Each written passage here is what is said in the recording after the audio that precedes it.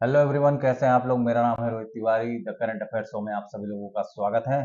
आज है 1 जून और आइए आज बात करते हैं कुछ प्रमुख द हिंदू में दी गई खबरों के बारे में। ठीक है, तो चलिए पहले बात करते हैं। नॉर्थ ईस्ट से खबर है।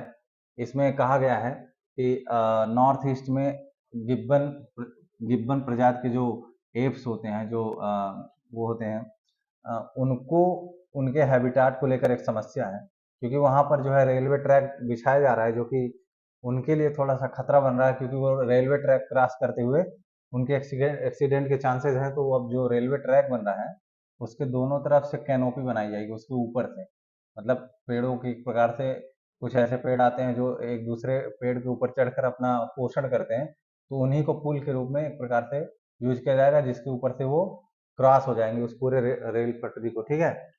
दूसरा है जर्मनी यूनाइटेड स्टेट, और जर्मनी और यूनाइटेड स्टेट ने यूक्रेन को बोला, या उनको एक प्रकार से ऐसा हरी झंडी दे दी कि वो कुछ टारगेट्स जो है रसिया में, वहां पर जाके वो उस पर आक्रमण कर सके या हिट कर सके। ठीक है। और एक आर्टिकल है हीट बेग्ड चेन्नई, मतलब चेन्नई में जो इतना तापमान है उसके संबंध में एक आर्टिकल दिया हुआ है, उस बारे में जो है बातचीत की जाएगी। और भारत और मंगोलिया रिलेशन के संबंध में कुछ बातों के बारे में दिया गया, उस बारे में बातचीत करेंगे। तो चलिए स्टार्ट करते हैं। पहले आर्टिकल की तरफ बढ़ते हैं। इसमें ये देख लीजिए, ये जो कैनोपी जो बन रही है यही है, इसी से जो है एप्स पार होंगे, गिब्बन जो होंगे इसी से पार हो जाएंगे। और ये आप लोगों को दिख ही रहा होगा, ये रेल की पटरी है और इसके ऊपर से ये 60 मीटर का जो है बनाया जाएगा, जिसके ऊपर से क्या हो जाएगा, ये पार हो जाएंगे। होता क्या था कि जब ये नहीं बनेगा तो नीचे से पार करने का प्रयास करेंगे, और रेल वगैरह आती है जब वो ट्रेन की पटरी से, तो वहां पर उनके एक्सीडेंट होने के चांसेस, उनके डेथ होने के चांसेस ज़्यादा हैं। तो उन्हीं सब चीज़ों से बचाने के लिए ऐसी व्यवस्था की गई है। ठीक है। तो पूरी कहानी क्या है? पूरी कहानी है कि पूर्वोत्तर सीमांत रेलवे जो है, जिसको हम एनएफआर कहते हैं, उन्होंने भारत के एकमात्र वानर की जो प्रजाति है, ठीक है, वहां पर चंदवा पुलों का निर्माण करने के लिए पैसे कुछ दिए हैं, कुछ धनराशि निर्धारित किया है, जिससे कि पूर्वी असम में अपने प्रमुख आवास को दो भागों में विभाजित करने वाली रेल पटरी, मतलब जो पूर्वी असम है वहां पर ये जो बानर की प्रजाति है जिसका नाम है गिब्बन, इनके पूरे आवास को दो भागों में एक रेलवे ट्रैक में विभाजित कर दिया है। और खास करके वो 1.65 किलोमीटर लंबा रेलवे ट्रैक है। ठीक है। उस रेलवे ट्रैक से जो है उन्होंने पूरी तरीके से, और उस ट्रैक का भी दुगुना किया जाना, और उसको इलेक्ट्रिफिकेशन उसका होना, विद्युतीकृत किया जाना है, जो कि जोरहट जिले में तकरीबन 2098.62 हेक्टेयर होलोंगा पार गिब्बन अभयारण्य को अलग अलग कर देता है, मतलब दो भागों में विभाजित कर देता है। ये समस्या है। ठीक है। और वहां पर हुलॉक गिब्बन जो होते हैं वो सबसे ज्यादा मात्रा में पाए जाते हैं, और जो कि पृथ्वी पर जो बानरों की 20 प्रजातियां हैं उसमें से एक प्रजाति ये भी है, हुलॉक गिब्बन। ठीक है। ये अपनी आवाज के लिए जाने जाते हैं। ठीक है। और गिब्बन जो है वो अपना अधिकांश समय जो है ऊंचे ऊंचे पेड़ों की ऊंची ऊंची टहनियों पर बिताता है। ठीक है। जो उनके सबसे ऊंचे हिस्से होते हैं वहां पर, और खास करके वो होलोंग होते हैं जिनको हम बोलते हैं डिप्टेरोकार्पस मैक्रोकार्पस। ठीक है। ट्रैक के साथ जो है जंगल के अलगाव ने, जैसे ये जो ट्रैक फैलाया गया था उस ट्रैक से जो जंगल जो अलग हुआ, दो भागों में बट गया, उससे क्या होता है कि वहां के जो ये गिब्बन है, ये जो वानर है, ये जब एक क्षेत्र से दूसरे क्षेत्र में जब जाते हैं तो बीच में रेलवे की पटरी पड़ती है, जो कि बहुत ही खतरनाक है। ठीक है। तो उसी से बचने के लिए यह निर्णय लिया गया है, और खास करके यह निर्णय असम राज्य वन विभाग के द्वारा लिया गया। और असम राज्य वन विभाग ने भारतीय वन्य जीव संस्थान और अन्य हितधारकों के परामर्श से ये निर्णय लिया है। और इस निर्णय के बारे में आपको मैंने बताया है कि वो एक प्रकार का कैनोपी बनाएंगे दो रेलवे पटरियों के भी ऊपर से, जिससे कि उसको क्रॉस कर सकेंगे। ठीक है। ये पूरा मामला है। और उनकी जो भी गिब्बन प्रजाति है उसकी आवाजाही की सुविधा के लिए काफी अच्छा होगा, और उन बहुत सारे अधिकतर बिंदुओं पर विचार किया जाएगा। ठीक है। अब आगे समझते हैं, थोड़ा सा हुलॉक गिब्बन्स के बारे में समझते हैं, ये क्या होते हैं। आपको दिख ही रहा होगा। ठीक है। और दूसरा चीज समझिए, हुलॉक गिब्बन, जिन्हें सभी बानरों में सबसे छोटा और सबसे तेज माना जाता है, ये दक्षिण पूर्व एशिया के उष्णकटिबंधीय और उपोष्ण कटिबंधीय जंगलों में रहते हैं। इनकी जो बुद्धि होती है काफी उच्च होती है, इनको हाई इंटेलेक्चुअल माना जाता है। इनका स्पेशल जो है पर्सनालिटी, विशिष्ट व्यक्तित्व और अन्य वानरों के समान मजबूत पारिवारिक बंधन में रहते हैं। ठीक है, बहुत महत्वपूर्ण पारिवारिक मजबूत बंधन होता है इनका। और ये दुनिया भर में जो 20 गिब्बन की प्रजातियां पाई जाती हैं, उनमें से एक प्रजाति ये भी है। इसका नाम क्या है? इसका नाम है हुलॉक गिब्बन्स। ठीक है, और हुलॉक गिब्बन भारत की एकमात्र वानर की प्रजाति है, जिनको इंग्लिश में आप क्या बोलते हैं? इनको इंग्लिश में आप बोलते हैं एप्स। ठीक है, तो थोड़ा सा होलो गाम्पार गिब्बन अभयारण्य के बारे में भी जान लीजिए। तो प्राइमेटोलॉजिस्ट ने बताया है कि 1.65 किलोमीटर लंबे ट्रैक को फिर से बनाने का सुझाव दिया। ठीक है, जिससे पश्चिमी हुलॉक गिब्बन को समर्पित असम में होलोंगपार गिब्बन अभयारण्य को 2 आसान भागों में विभाजित किया गया। ठीक है, तो हुलॉक गिम्बल जो है वो आपको पता ही है कि अभी मैंने इस बारे में बताया ही है। ठीक है, आगे देखिएगा अगले आर्टिकल में। जो पश्चिमी हुलॉक गिब्बन होता है, यह उत्तर पूर्व के सभी राज्यों में पाया जाता है, मतलब नॉर्थ ईस्ट के जितने भी राज्य हैं वहां पर ये पाए जाते हैं। और ब्रह्मपुत्र नदी के दक्षिण और दिबांग नदी के पूर्व में पाए जाते हैं। ठीक है, ध्यान रखिएगा, ब्रह्मपुत्र नदी के दक्षिण में और दिबांग नदी के पूर्व में पाए जाते हैं। और भारत के बाहर यह पूर्वी बांग्लादेश में और उत्तरी पश्चिमी म्यांमार में भी पाया जाता है। ठीक है, अब इनके अंतरराष्ट्रीय प्रकृति संरक्षण संघ की लाल सूची में क्या स्थिति है? तो उसमें बताया गया है कि यह संकटग्रस्त प्रजातियों में आते हैं। ठीक है, जो पूर्वी हुलाक गिब्बन है, इनको हम बोलते हैं हुलाक ल्यूकोनेडिस। ठीक है, यह भारत में अरुणाचल प्रदेश और असम के विशिष्ट क्षेत्रों में और भारत के बाहर दक्षिणी चीन और उत्तर पूर्वी म्यांमार में पाया जाता है। इसकी भी जो IUCN रेड लिस्ट है उसमें किस स्थान पे है? ये संकटग्रस्त। ठीक है, इसको हम बोलते हैं इंडेंजर्ड या थ्रेट, इसको बोलेंगे हम थ्रेटेंड स्पीसीज, थ्रेटेंड, संकटग्रस्त। ठीक है, अब भारत में दोनों प्रजातियां जो हैं वो भारतीय वन्य संरक्षण अधिनियम 1972 की जो अनुसूची 1 है उसमें सूचीबद्ध है। ठीक है, ये पूरा मामला रहा आपका।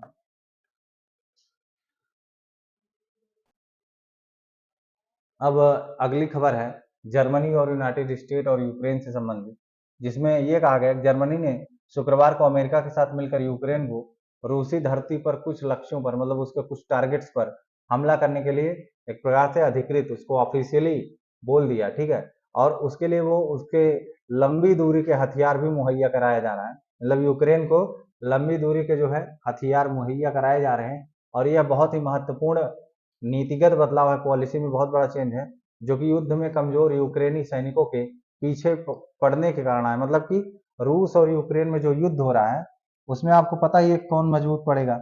उसमें जाहिर सी बात है कि यूक्रेन कमजोर पड़ जाएगा। तो चूंकि यूक्रेन को सपोर्ट करने में जर्मनी का भी हाथ है, जर्मनी भी सपोर्ट कर रही है और अमेरिका भी सपोर्ट कर रहा है। तो ये कमजोर पड़ रहे हैं, इसलिए अमेरिका खुद ही जो है इस पूरी लड़ाई में बीच में आ गया है।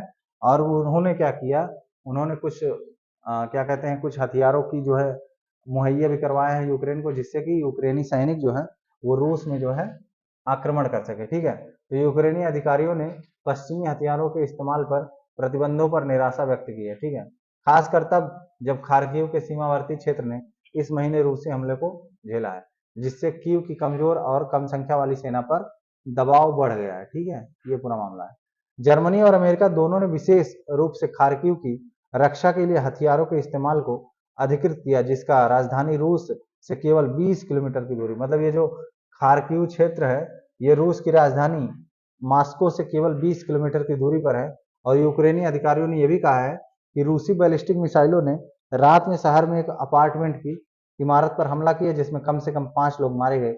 जर्मनी सरकार ने कहा कि यूक्रेन अपने द्वारा आपूर्ति किए गए हथियारों का इस्तेमाल सीमा के ठीक ऊपर स्थित ठिकानों पर कर सकता है, जहां से रूस खार्किव पर हमले शुरू करता है। अक्सर आपने देखा होगा रूस जो है खार्किव पर जो हमला करता है वो अपने सीमावर्ती इलाकों से ही करता है। ठीक है, ये पूरा इसका मामला है।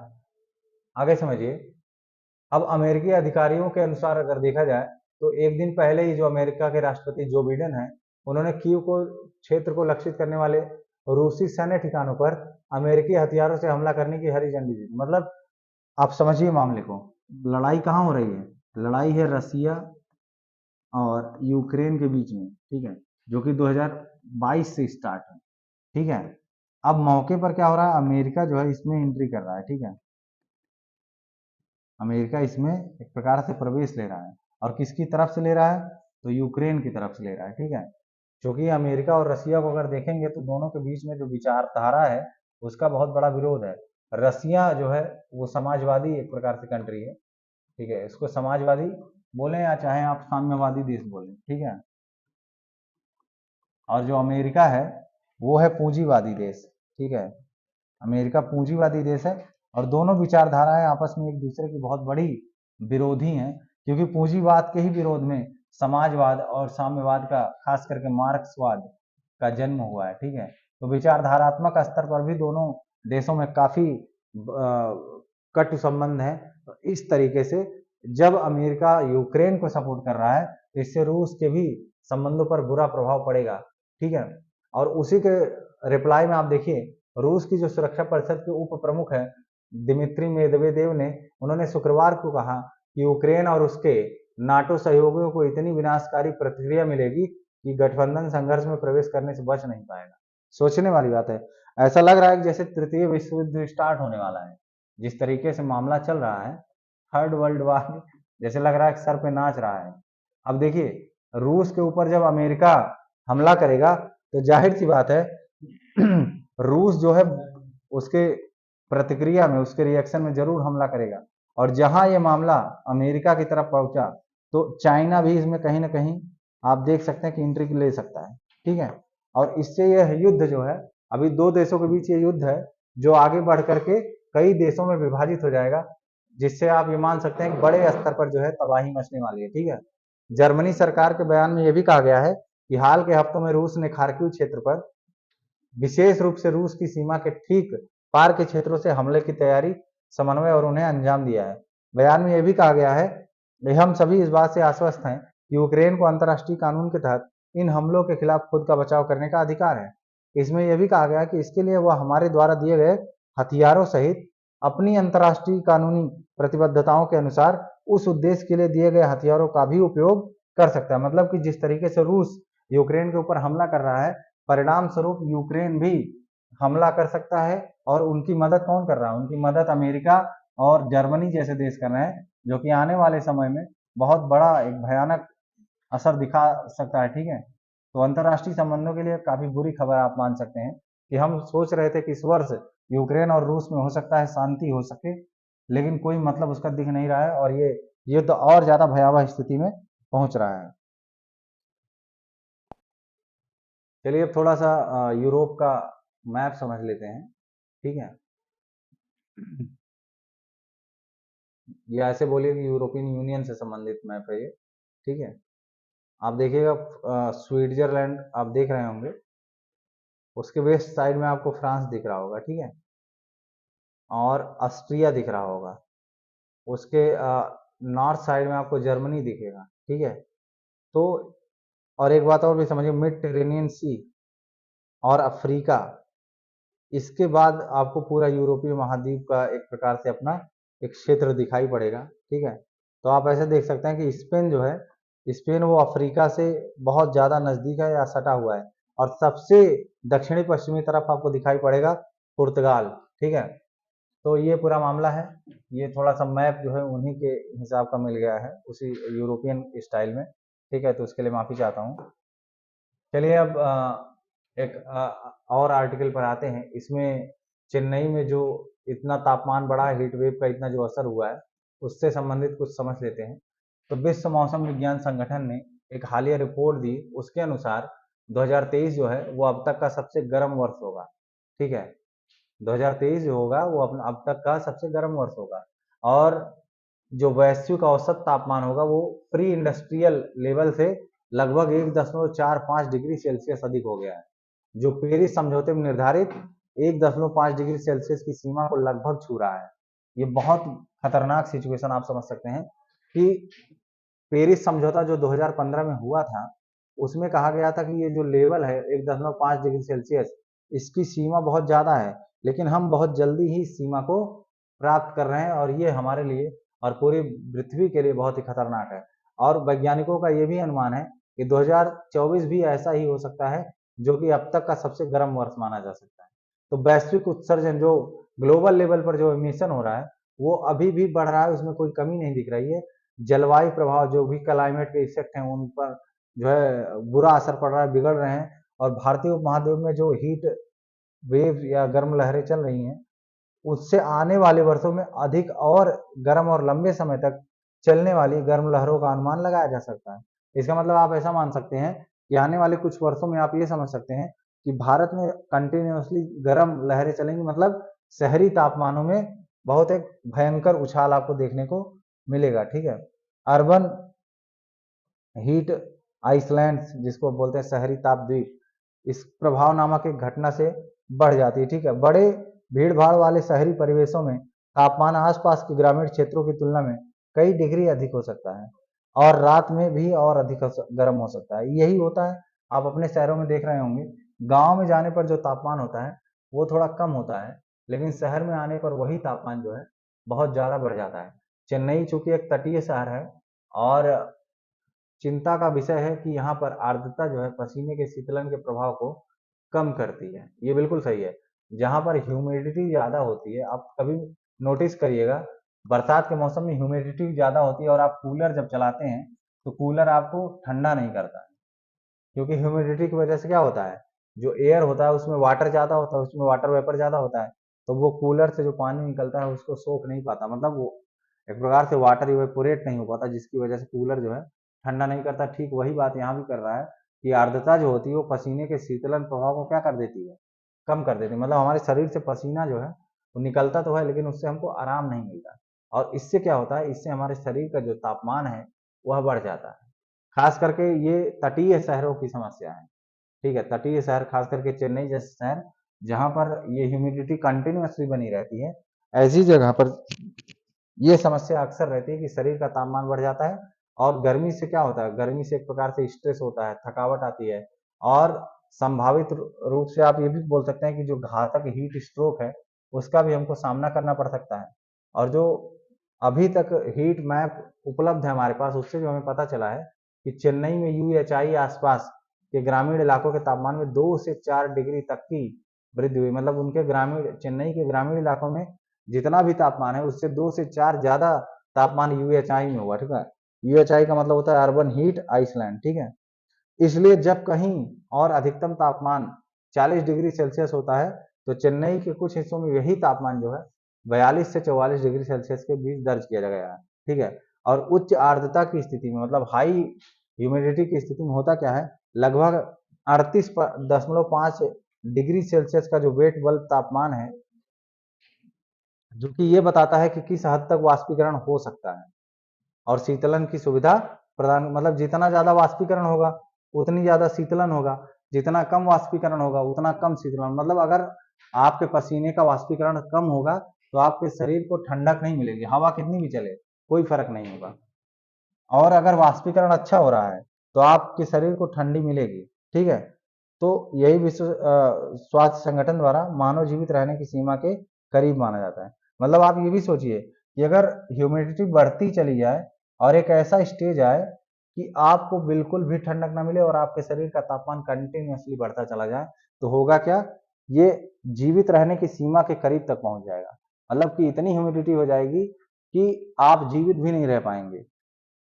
तो क्योंकि आपके शरीर का तापमान कंटिन्यूसली बढ़ेगा तो उससे आपको भयंकर नुकसान होगा। ठीक है, भारत में क्या होता है, भारत में तटीय क्षेत्रों में आधिकारिक रूप से हीट वेव की घोषणा तब होती है जब अधिकतम तापमान कहाँ पहुंच जाता है, 37 डिग्री सेल्सियस से अधिक और सामान्य से 4.5 डिग्री सेल्सियस अधिक हो। ठीक है, तो स्पष्ट रूप से यूएचआई के साथ चेन्नई में हीट वेव की स्थिति का आसानी से उल्लंघन किया जा सकता है, क्योंकि यहाँ का तापमान तो आप देख रहे हैं बहुत ज्यादा वैसे ही बढ़ रहा है।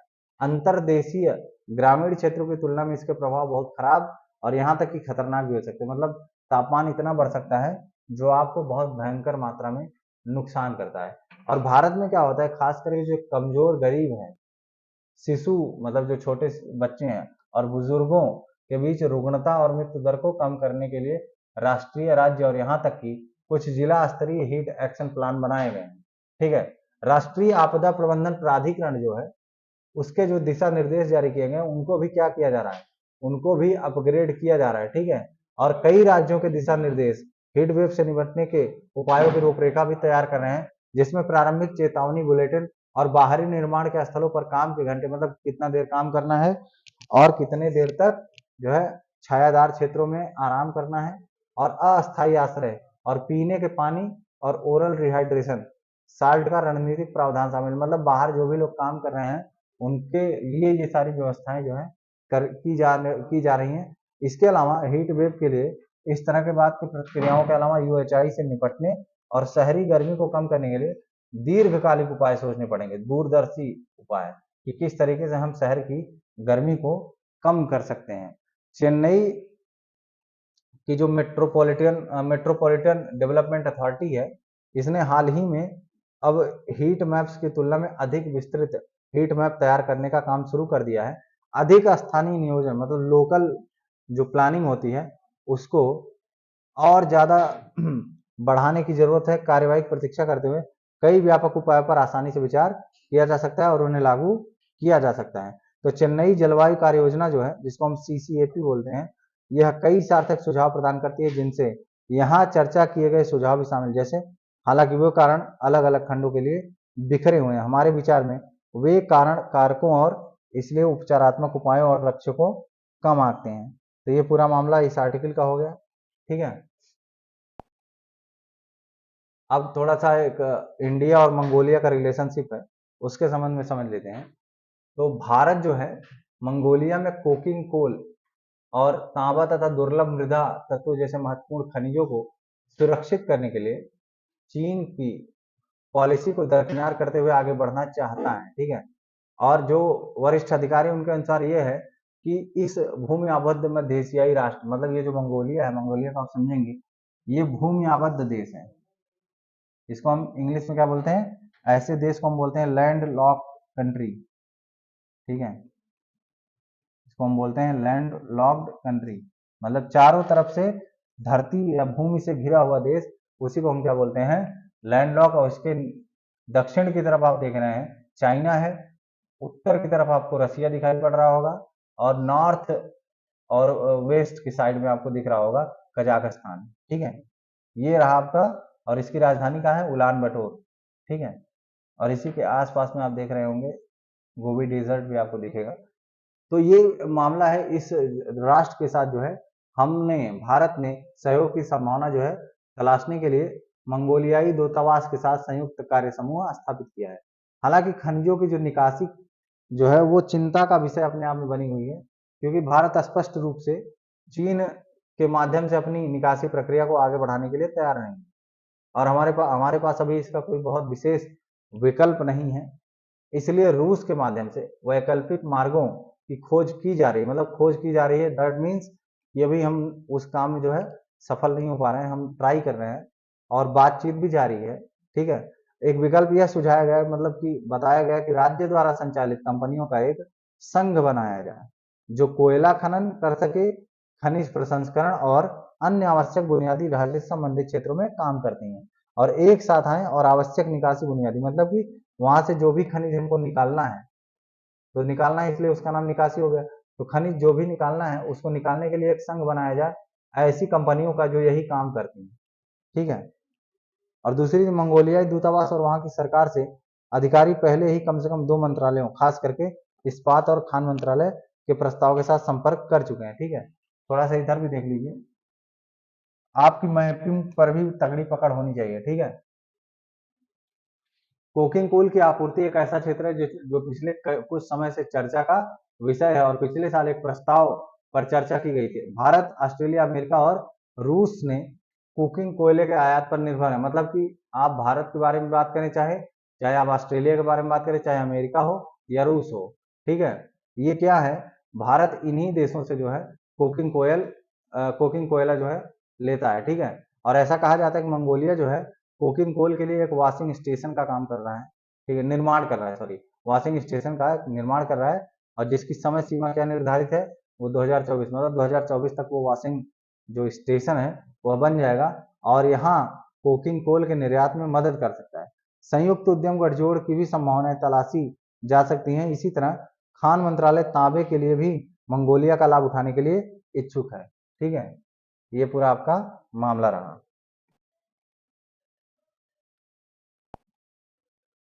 आज के लिए बस इतना ही।